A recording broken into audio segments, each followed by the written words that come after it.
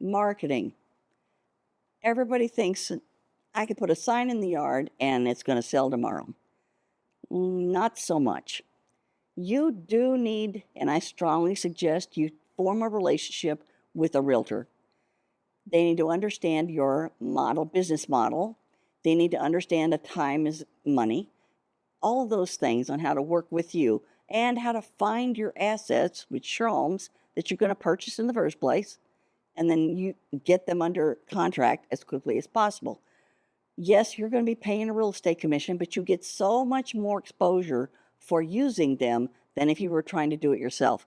As soon as they put things in MLS and everything's pixelated correctly and set up with all the descriptions that they will have and do, then it goes out to all of the majors. So it goes to Zillow, it goes to Realtor.com, it goes to Trillo, it goes to Google. Everybody gets it because what does the National Association of Realtors do? They make sure they've got an agreement with all these people that they have to get all of that information so that it is distributed to the open public, not just available to somebody that can look on MLS. So they get you that exposure.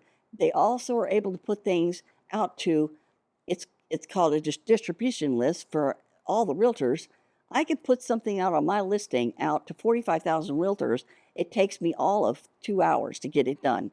By the time I set it up, I put it into their network and then they get it broadcast email with pictures and information and prices for my listing to get those realtors to come and bring their buyers to buy my house. You want that. If you try to go it alone, all it's going to do is cost you more time, and more time is money. That's lost money that was in your pocket, okay?